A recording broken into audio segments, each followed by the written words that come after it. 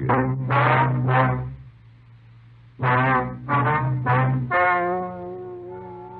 and gentlemen, the story you are about to hear is true. The names have been changed to protect the innocent.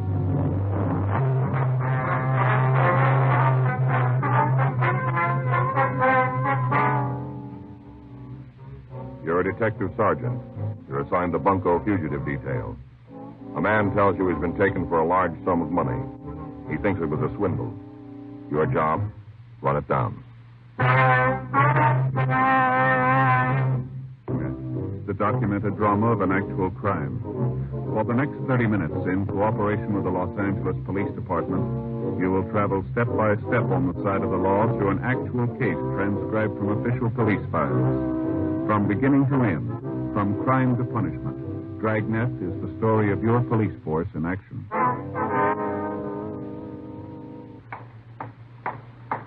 It was Monday, September 12th. It was hot in Los Angeles. We were working the day watch out of Bunko Fugitive Detail. My partner's Frank Smith. The boss is Captain Gideon. My name's Friday. I was on my way back from communications, and it was 2:17 p.m. when I got to room 38. Bunko Fugitive. Oh, hi, Joe. Oh, I get it. Bunko Fugitive, Friday. Yes, that's right. Mm-hmm. Well, when did you see him last? Well, how much was it? How much? Mm-hmm. All right, sir.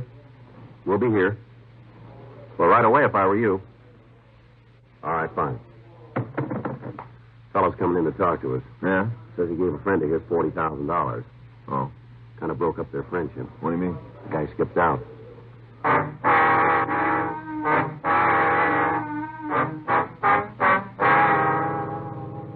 $2:42 p.m. The man who had telephoned came into the office. He told us that his name was Jeff Craner. He said he had a real estate business on Wilshire Boulevard and that his home residence was on Rossmore, near Olympic.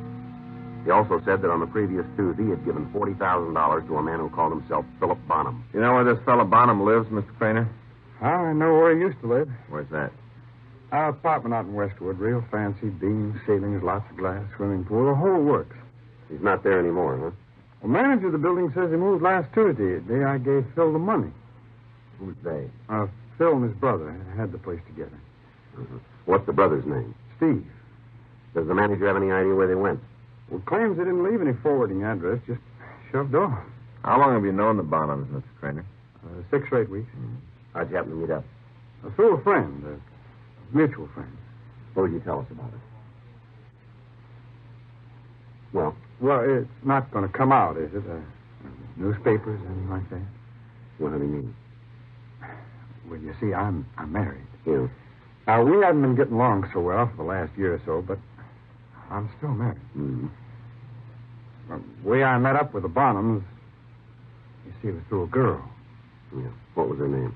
Barbara Wist. Who's she? Oh, just a girl, that's all. Maybe she was in on it, too. I don't know. Anyway, she introduced me to him. About how long have you known her? Oh, 3 months, maybe, a few weeks before I met them. I see. We got acquainted at an auction. One of those houses out on Beverly Boulevard where they sell off furniture and things from movie stars' houses. Mm-hmm. Used to spend a lot of my free evenings at those auctions. Wasn't any point in staying home, not my wife feeling towards me the way she does. I didn't buy much, just a piece every once in a while. It looked like a bargain. And that's where you met this woman, huh? Yes. Where was she living, do you know? Had a room at a hotel in Hollywood, the Count George. Mm-hmm. Well, go ahead, Mr. Craner. What happened next? Well, we got to be pretty good friends, and one night she offered to put me in touch with a couple of guys she knew. Said they were interested in buying some real estate and that I might as well handle the deal. Well, that's how I met up with the Bonhams. Yes, sir. We went out to their apartment. They're having a little party. A couple more girls were there. On a Friday night, I guess we all got kind of loaded. Next thing I knew, we were all flying down to Vegas for the weekend. Well, we sure had quite a time for ourselves. Stopped at one of the best hotels, Chateau Lafayette. Everybody making a big fuss like the Bonhams were VIPs. Yeah. After that, we had some deals together. Most of them worked out. Whenever they didn't, the Bonhams took care of me anyhow. What kind of deals? Mr. Craner? I guess maybe they weren't, strictly ethical, but there wasn't anything illegal about it. Mm-hmm. You've got to cut a couple of corners if you're going to get ahead in this world. Is that right? I get a little tired of this, Sergeant. Sir? You act like I'm at fault, like I'm the one who's in the wrong. Now, you remember it was me that got swindled in $40,000 worth. Mm-hmm. I'm not the criminal, you know. They are. Sure. You want to tell us about the 40,000, Mr. Craner? If you're all through with these accusations. Go ahead, Mr. Trainer. All right. It was last Tuesday, so Bonham called me at my office. Said he had to see me right away about a proposition, a really big one. Mm-hmm. We met for lunch. Bonham said they'd just had word from one of their contacts in Las Vegas. A couple of Eastern gamblers had tapped the casino of the Chateau Lafayette for $250,000. Mm-hmm. Now, the Chateau needed some money, and they needed it fast. So the owners were willing to sell a 5% interest in the hotel for $100,000. Now, Phil said it was a cinch that we'd get our investment back inside of 6 months, and from then on, it was just gravy. Everybody knows how much those hotels in Las Vegas make. So you gave him the money. I drew it out of the bank that afternoon. Had to be in cash. Did you know the denominations of the bill? They're all hundreds. Mm-hmm. What happened then? I went back to the office, and the Bonhams took off for Las Vegas. At least that's what they were supposed to do. They said they'd call me from there. But when I still hadn't heard anything by Friday, I went over to their apartment and talked to the manager. He said they'd moved out Tuesday at 5 p.m. Why didn't you get in touch with us then? They didn't seem like crooks, not a bit. What were they like? What? Would you describe them for us?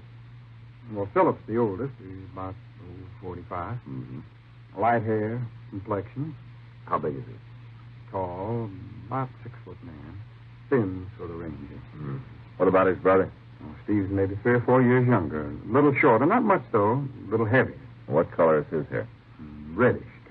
The girl who introduced you to him, you said her name was Barbara Wist? Yes, that's right. How do you spell that? W-I-S-T. You want to describe her, too? Well, it's pretty hard to say how old she is. I'm not very good at judging a woman's age. Well, approximately, then. Oh, 28, 29, 30. Could even be 35. Mm-hmm. Blonde, real light streak across the front. Very attractive. Good company, nice build. You know what I mean. Mm-hmm. Have you tried to get in touch with her since you saw the Bonhams last? Yes, I called the hotel. Well? She moved out last Thursday morning. Mm-hmm. Well, how are you supposed to know? What? Well, who to trust? They were so darn nice to me, the Bonhams and Barbara. There wasn't any way of figuring what they were after. They, like you say, that they were just kind of setting me up. Mm-hmm. Well, you had a tip-off. Yes? Well, when? When you thought you were getting something for nothing.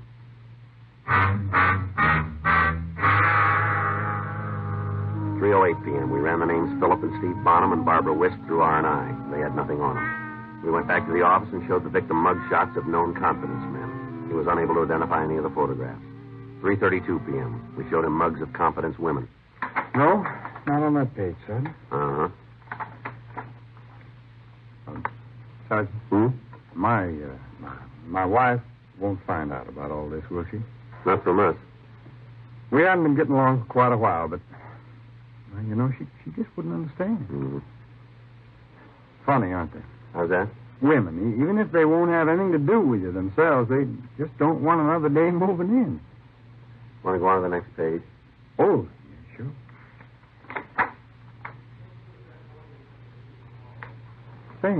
Say now. Yeah? That looks like her. Well, is it? No, I guess not. There's something different there. Sure is a resemblance, though. Mm-hmm. Nobody on this page. Now, wait a minute. That was her. Where? Here, right here, the one I pointed out before. Oh, I see. That's Barbara, all right there. You said there was something different about this woman. Well, there is, but now that I think about it, any gal's apt to do that. Do what? Dye her hair.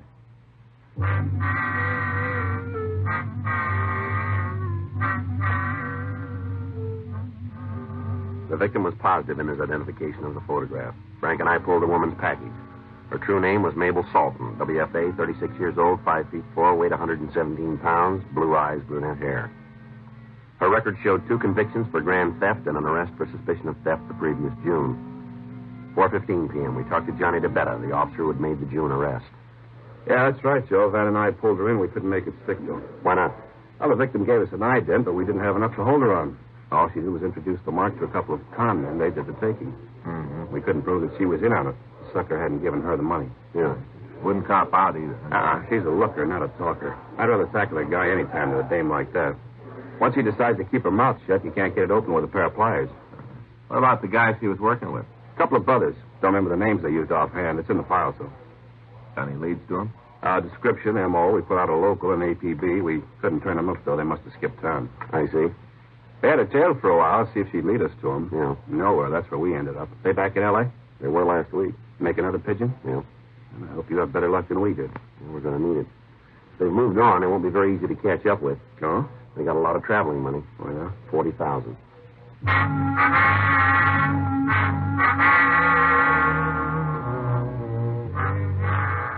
Frank and I put out a local and an APB on the two male suspects. We also put out a bulletin on the female suspect, Mabel Salton. But we requested that in her case, no arrest be made. We asked to be contacted in the event that she was located. From Johnny DeBetta, we learned that the Salton woman had also met the previous victim at an auction. Auctioneers and owners of auction houses were told to notify us if they saw the suspect. We talked to the manager of the apartment where the male suspects had lived and to check the clerk at the Count George Hotel. They were unable to help us. We contacted Las Vegas and learned that the Chateau Lafayette was in excellent financial condition. We also contacted CII up at Sacramento to see if they could give us an identification of the male suspects. We received a negative response. No new leads developed. 5 weeks passed. Wednesday, October 19th, 9:46 a.m. Bunko fugitive Friday. Yes, sir. That's right. When? I see. Thank you very much. Goodbye. Tencher Auction House out on 3rd Street. Yeah? Auctioneer says he sold a couple of lamps to an old customer last night. Who? Mabel Salton.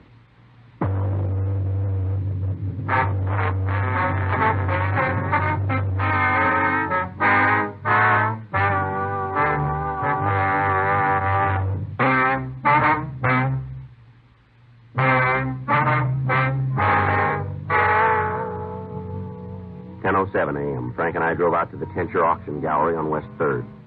We showed the auctioneer a mugshot of Mabel Salton, and he said he was positive she was the woman he had seen the previous night. We went back to the office and had a conference with the skipper. You're sure picking her up won't do any good? Well, I didn't before, Captain. Yeah. Of course, this might not work either. We don't even know if her pals are back in town. Well, how do you plan to make the contact? Hang out at auctions, do a lot of bidding, let her think I'm loaded. I don't know. May it be better if Smith went undercover this time. He looks more like a mark to me. Well, now, wait a minute, Skipper. Oh, you know what I mean. Well, I know. I'm afraid using Smith would give us a problem, Captain. Yeah. Take another look at her picture. Not bad, is she? No, that's the trouble. Smith's got a wife.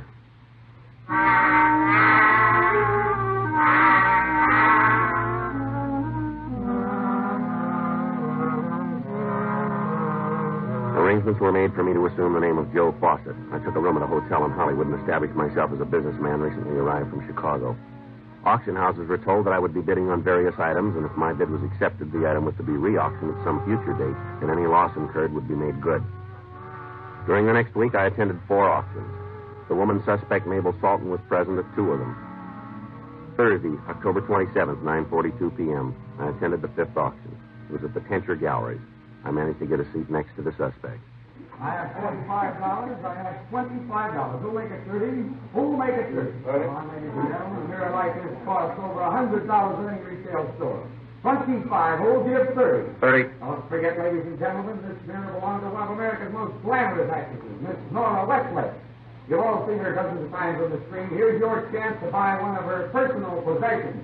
And don't forget where this mirror was hung. In Nora's bedroom. All right, now who'll make it 30? I have 25. Who'll give 30? 30 here. Thank you, sir. There's a gentleman who appreciates the finer things. I have 30. I have 30. Going once, that's 30. 35. 35 who'll give 40. 35 who'll give 40. How about it, sir? Don't let the little lady take it away from you. If you really want it, it doesn't matter that much to me. Well, that's very kind of you. Are you all done? 35 once, 35 twice. So, the lady for 35.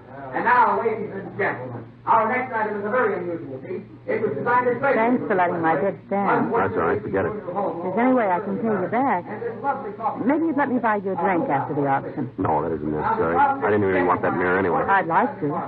Unless you're busy. No, not a bit. You got a customer. Now, you see how hard it is for them to lift it? Shows you the quality of the marble. All right, boys, better set it down now again before you sing. So. Haven't you been to some of the other sales? A couple of them, yeah. I thought you looked familiar. Come to think of it, I remember the things you bought. Is that right? You have very good taste. Thank you. Magnificent center of attention. This is the table for you. A laser solid brass, cut especially to fit. I just love these auctions. Of course, I always end up buying a lot of things I don't need. Well, that happens to me, too. And afterwards, you feel so darn foolish, but there's nothing you can do. By then, it's too late. Yeah, same here. Well, that's true. It isn't properly treated first.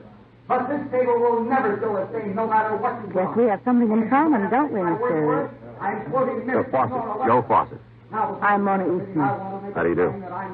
Very nice to meet you, Mr. Fawcett. No, the pleasure's all mine.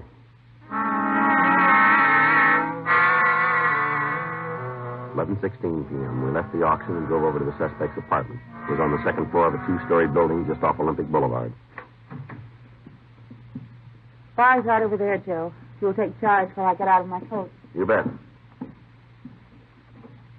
Scotch or bourbon? It doesn't matter. Whatever you're having. Hey. Is the ice all melted? No, there's a little left here. That's good.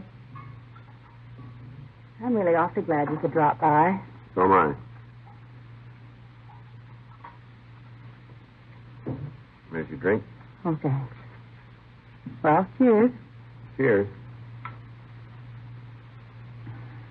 Strong enough for you? It's just the way I like it. Why don't we sit down? Sure.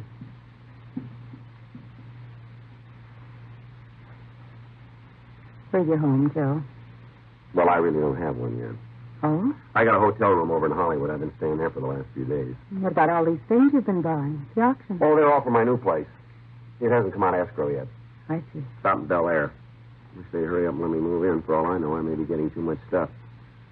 I don't know what you need to furnish your house. Well, isn't your wife? I mean... Oh, I'm not married, Mona. Not anymore. I see. We broke up about a year ago. Funny. What's that? That's when it happened to me. Just a year ago. Is that so? Maybe we have a little too much in common. Yeah. She hurt you, didn't she, Joe? Well... I can see it in your eyes. You have very sad eyes. You're soft and thoughtful. Oh, I don't know. I think you can tell a lot about a person from your eyes. You do, huh? That's the first thing I notice about somebody. What do you notice, Joe? Well, I guess I never thought too much about it, to tell you the truth. What'd you notice first with me? Well? Well, I guess it was your voice. Oh?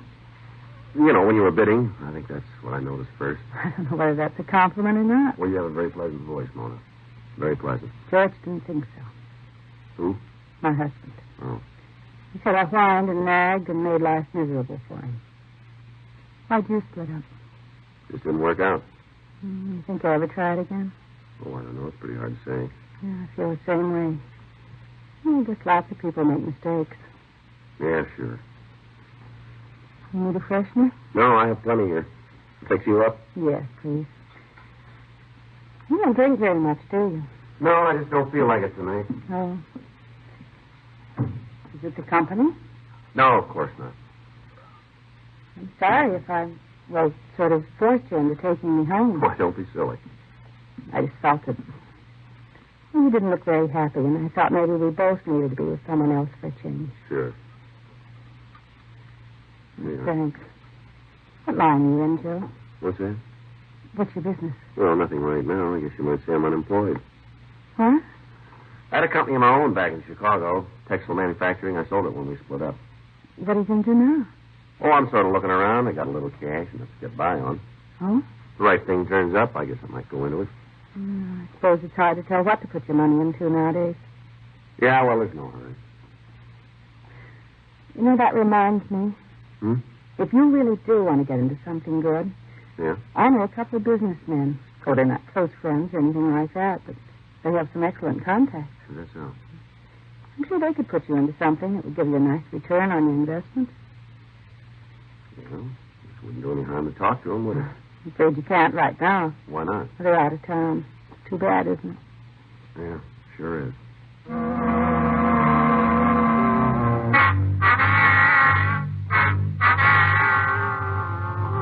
Salton woman told me she'd let me know as soon as her friends returned to Los Angeles. During the next 10 days, I saw her on several occasions. As far as I could tell, the so-called Bonham brothers were still out of town. Tuesday, November 8th, 8:40 p.m. I was in my hotel room. Hello? Yes, Mona. Well, how about tonight? Sure, I'll pick you up. About 9:30? Fine. Bye. You want to get me Michigan 5211, please? That's right. Extension 2572.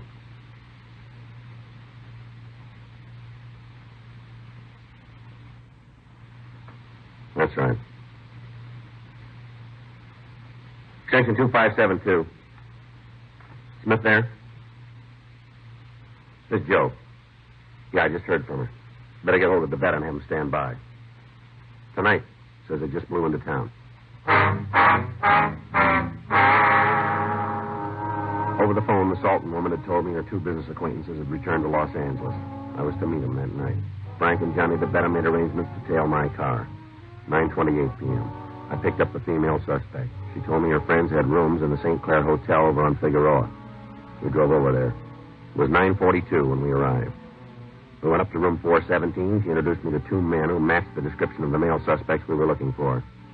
They said their names were Tom and Fred Porst. Sure is nice to meet you, Mr. Fawcett. Mona's been telling us about you. It seems you've made quite a hit with her. Is that so? She told me about you fellas, too. Now, you've got to understand one thing. What's that? Anything we discuss in the business line, that is, well, it's got to be confidential. Oh, sure. You see, my brother and I, we don't make a practice of taking outside investments, right, Fred? Right. Matter of fact, we don't even need any outside capital at the moment. We've sort of got a surplus. Oh, I see. Well, maybe some other time then, huh? Nice to have met you. What's your hurry, Fawcett? Well, you said that... I said we don't need any capital. Yeah. Well, we might make an exception in your case, though. Oh? On account of Mona. Well, I don't want you to put yourselves out. Something else will turn up. Now, wait a minute. I was just thinking. What's that? Well, it never hurts to spread a good thing around. You got any plans for this Saturday? Well, I don't know. What'd you have in mind? Well, I thought we might fly down to Vegas. Get us a couple of girls. You can bring along Mona. Why Vegas? Oh, we got a friend down there. He made a killing at the crap tables a couple of years ago. Mm-hmm. Stuck it in $1,000 bills. Oh? Now, he sort of forgot to mention it on his income tax, and now he could use the loot, but he's afraid to cash in the bills himself. Yeah, I see. He might be willing to sell them to us at a discount. Are you interested? No, not very. Why not? An old con game like that? What? Well, this is the best you can do. The $1,000 bill routine's got whiskers on it. I should have known. What are you talking about? How would you know? Listen, Fawcett. What are you doing here anyway? Why'd you want to meet us? I was kind of curious about how you boys work. I heard a lot about you. Huh? Thought maybe I could pick up a new angle or two. Looks like I was wrong. Well, what's the joke? Oh, don't you see? He was just checking up on our pitch. Yeah? Well, he's a con man, too. Oh, you really pulled one this time, Mona, picking a pro for a mark. How was I supposed to know? Well, just one look. You should have been able to tell. Played as a nose on your face. It is, huh? Sure. Don't take it to heart, buddy. You might fool the suckers, but I'm in the same racket. Well, I should have guessed it when you walked in the door. It's written all over you. Yeah. Where you been pitching lately? City Hall. Huh? I'm a police officer. You're under arrest.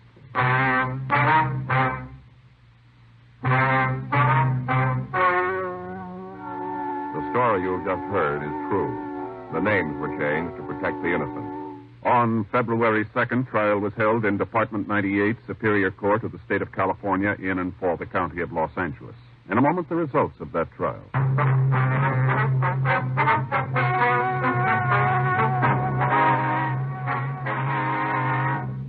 Mabel Harris Salton was tried and convicted of grand theft, one count, and received sentence as prescribed by law. Thomas Herbert Porst and Fred James Porst, alias Philip, and Steve Bonham were tried and convicted of grand theft, two counts, and received sentence as prescribed by law. Grand theft is punishable by imprisonment in the county jail for not more than 1 year, or in the state prison for not less than 1 nor more than 10 years.